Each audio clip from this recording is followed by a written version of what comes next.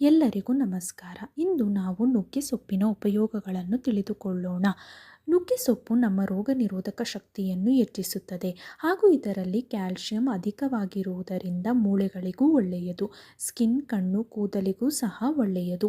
ಇದು ರಕ್ತದೊತ್ತಡವನ್ನು ಕಡಿಮೆ ಮಾಡುತ್ತದೆ, ತೂಕ ಇಳಿಸುವಲ್ಲಿಯೂ ಸಹಾಯ ಮಾಡುತ್ತದೆ.